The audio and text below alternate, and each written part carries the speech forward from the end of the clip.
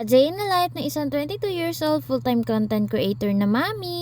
Laan nga lang pala ang pag-alis namin ngayong araw mga mi at pupunta nga pala kami kay Lapaw. Nabi na nga pala kami sa biyahe kasi nga biglaan nga lang itong pagpunta namin. May nga lang pala ni Madam Botchog ang pupunta dito at hinatid na nga lang pala kami ng Daddy Jano kasama ang ating Kuya Wine. Ito nga nandito na nga din kami kay Lapaw. Hindi na ako nag-video ng napakahabang video sa biyahe namin. Storage na nga din kasi talaga itong cellphone na to mga mare na ginagamit ko sa pagbablog at hindi ko pa nga din po pala nakikilid. Kababa nga pala namin ay heto hawak na nga agad ng Daddy Jano etong si Chio. Nanyo nga naman itong batang maliit na inabangan nyo nga din sa aking vlog sa pag-anak sa kanya ay ngayon tingnan nyo at napakalaki na nga din. Ito naman ang Madam Botchog natin mga mare, abay nakisakay na nga dito sa bike ng ating Chio. Wala kasi nan sa bahay mga mi at hindi naman ako makabili kasi may kamahalan nga din yan. Nyo naman sa ngayon hindi na po talaga ganun kalakihan yung aking kinikita dito sa pagbablog at tamang-tama nga lang sa amin. Gabi na nga po pala at heto sarado na nga yung tindahan na pinagbilhan namin ni Pao. Kinabukasan kasi nito ay 7 months na nga pala ni Chio at kinabukasan naman ay 8 months na nga po pala ni Madam Botchog. Ang araw nga lang pala ang pagitan ng monthly milestone ng dalawang bata. Pero isang buwan naman ang tanda ni Madam Botchog kay Chio. Naman ang gabi na isipan namin na magluto na nga lang ng spaghetti at ito na nga lang po pala yung aming hapunan. Talaga ay bukas pa namin to lulutuin pero nga excited ang Marinyo at minsan na nga lang talaga makatikim nito. Miss ko nga din kasi talaga magluto na ito mga mima ko at alam nyo na walang kabudget-budget pa para nga dito. Gambagan na nga lang pala kami ni Pao para nga makabili ng spaghetti mga mima ko at ito nga nagluto na nga din po pala ako dito. Pasensya na nga din kayo sa video na makikita nyo ngayon at wala nga akong tripod na gamit. Ano na iwan ko nga pala yung tripod ko sa bahay at itong isang kamay ko yung gamit ko sa pagbibideo kaya medyo malikot nga din. Bali ko nakita nyo ay naluto ko na nga po pala yung pasta at sinalang nga pala yan ni Pao kanina. Tapos mga mima ko sinunod ko naman itong pagluluto ng sauce. Sayang nga lang at wala kami nabiling talong kaya naman walang talong na sahog nga itong aming spaghetti. Bali nga mga mi pinag-isa ko na nga lang pala ang pagigisa at pagpiprito netong hotdog tsaka sibuyas at bawang. Pagkatapos nung sinunod ko na nga pala yung dalawang corn beef mga mi, isang malaki at isang maliit. Pagkatapos na naglagay ako ng paminta at yan maya maya sinunod ko na nga din po pala yung pinakang sauce. Go mga mi talagang excited ang Marinyo dito at ngayon na nga lang ulit makakatikim ng ganitong luto sa spaghetti at sanay nga din kasi kami na ganito ang lasa. Naglagay na nga din pala ako dito ng mga pampalasa at syempre hindi natin malilimutan dito yung condensed. Syempre halu-haluin lang natin to mga mi para nga talagang lumasa yung mga pampalasa na nilagay natin dito. Mamaya ay luto na nga din mga mare etong aking niluluto na spaghetti. Sinalin ko na nga din po pala mga mare etong pasta dito sa pinakang sauce at ang ganda nga nung pasta at ang ganda ng pagkakaluto dito. Grabe mga mi, excited ang mare nyo kaya naman mag-cheat day nga ako ngayon na talagang kakain ng marami ang babaeng to. Hindi na ako ganun kalakasan kumain itong mga nakaraang linggo kaya medyo nga nabawasan nga pala ang aking timbang. Tsaka hindi na masyadong bloated yung tiyan ko kung napapansin nyo nga din. Pero ngayon ay baka nga bumalik na ulit siya sa dati, charis. Siyempre naman mga mare kapag nga luto ng maring aking nyo ay talagang masarap. At heto nga yung spaghetti. So yan lang muna for today's video.